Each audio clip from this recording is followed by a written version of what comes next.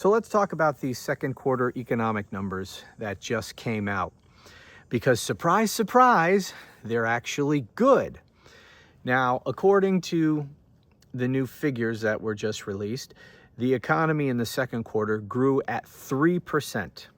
Now, that is higher than anybody had expected, and it shows that the U.S. economy is remarkably resilient, given everything that this orange buffoon has done to it since he took office. So that's good news.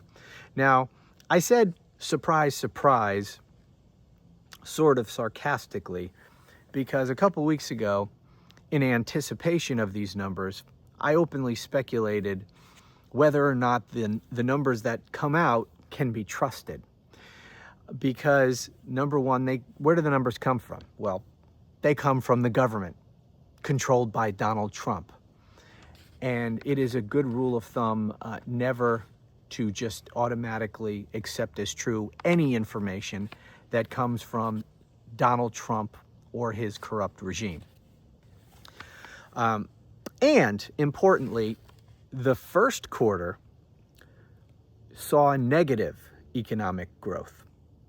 And the reason that's important is because if this second quarter had shown negative economic growth as well, then we would technically be in recession, because recession is technically defined as 2 consecutive quarters of negative economic growth. So if this had come in again with negative economic growth, we'd officially be in recession.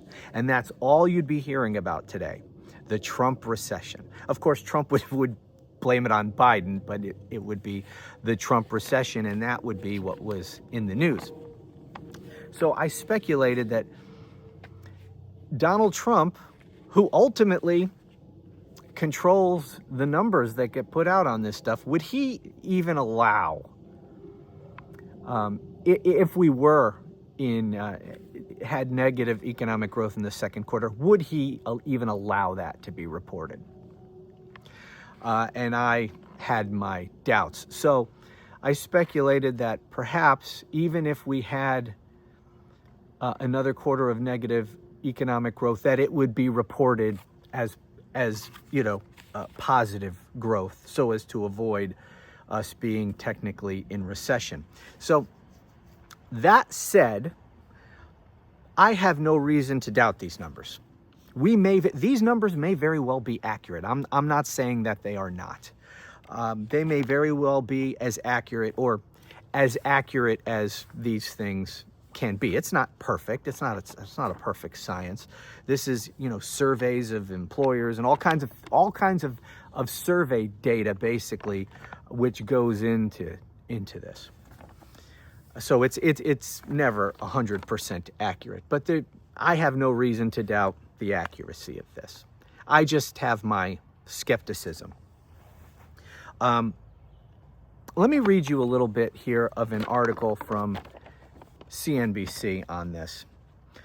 And by the way, whether or not we're in negative economic growth or positive, and let's just assume this is all true, that the economy actually did improve in the last 3 months for whatever reason, it doesn't, because everything now is seen through a political lens. You can't help it.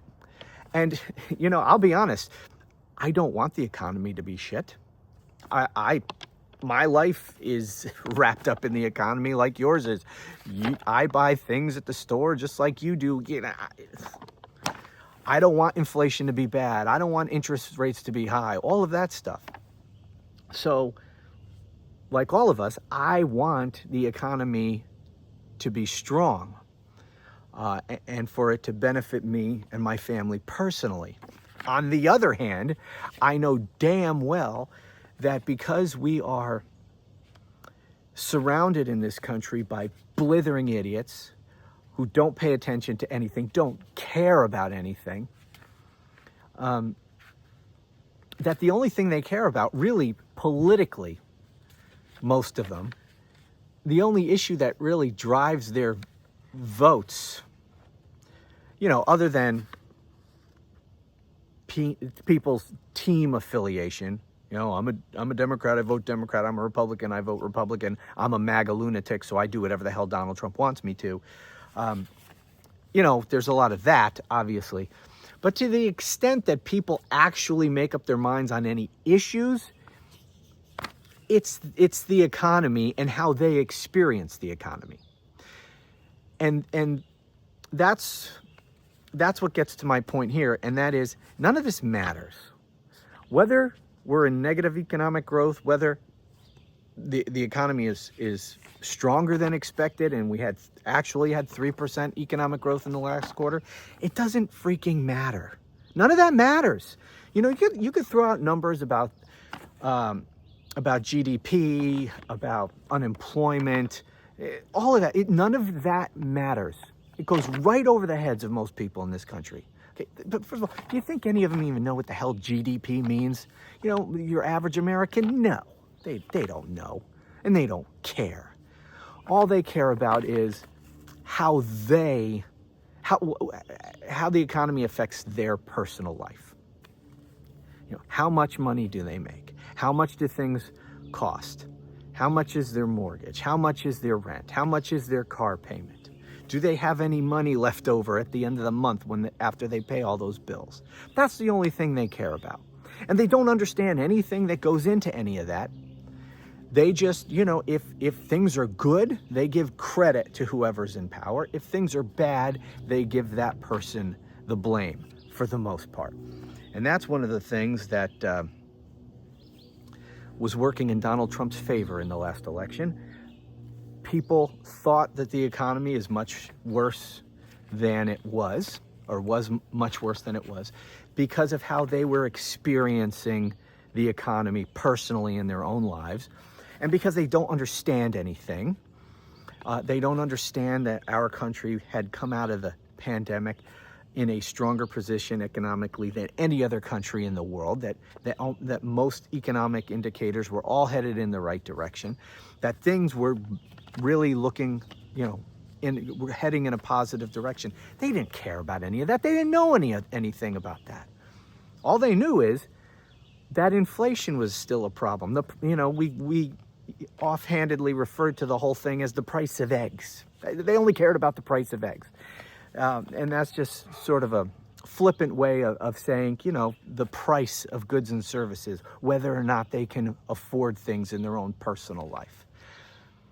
And to the extent that people voted on any particular issue as opposed to just red team, blue team, or my cult leader is on the ballot, that, I believe, was overwhelmingly the most important issue.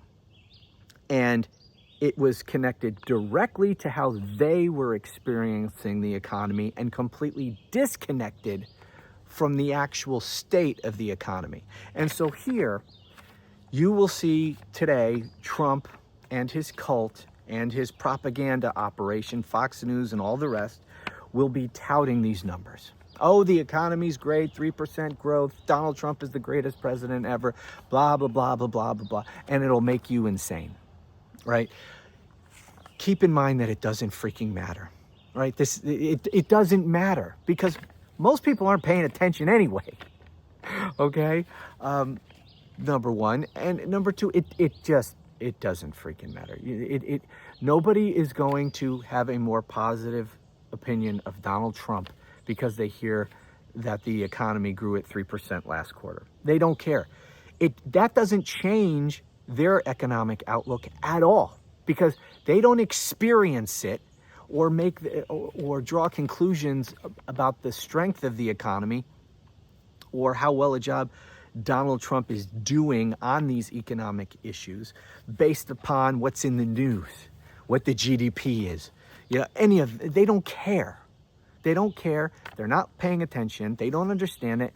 They don't care. They care about how much things cost at the grocery store, or whether or not they can take a vacation this summer, or whether or not they can refinance their mortgage or buy a house, or whatever it is. Those are the things that they care about.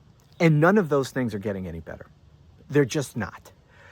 Every survey you see, people's view of the economy personally in their lived experience is awful and getting worse. That's all that matters. So those are the only economic numbers that matter. So just keep that in mind.